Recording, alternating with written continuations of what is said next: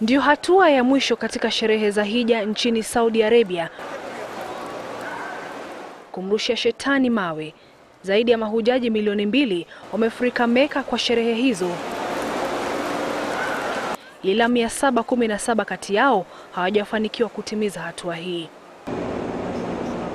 Mahujaji 4600 wa Kenya ni baadhi ya mahujaji walioko nchini Saudi Arabia. Kulingana na wanaoongoza kundi la Kenya, idadi kuu ya Wakenya wako salama, japo kuna hofu kwamba huenda baadhi ya Wakenya walipatikana katika mkasa huu.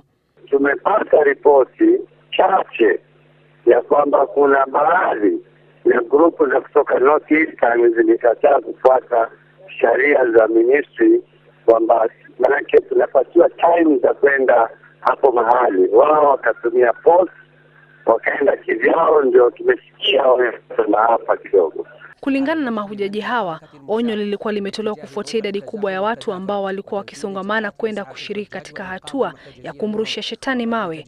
Kulingana na ripoti, idadi kuu ya waliofariki ni kutoka Asia, Nigeria na Misri.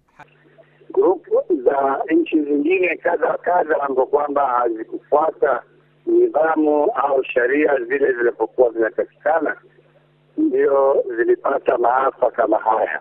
Huu ndio mkasa mkubwa kushuhudiwa katika muda wa miaka 25, ambapo mwaka wa 90 mahujaji 1426 walifariki katika mkanyagano. Mwaka wa 94 watu 270 walifariki, wengine 343 walifariki katika hali kama hii mwaka wa 97. Mkasa wa hivi karibuni ulishuhudiwa mwaka 2006 ambapo mahujaji 364 walifariki wakati wa kurushia shetani mawe. Nesta Kahumbi, Citizen Nipashe.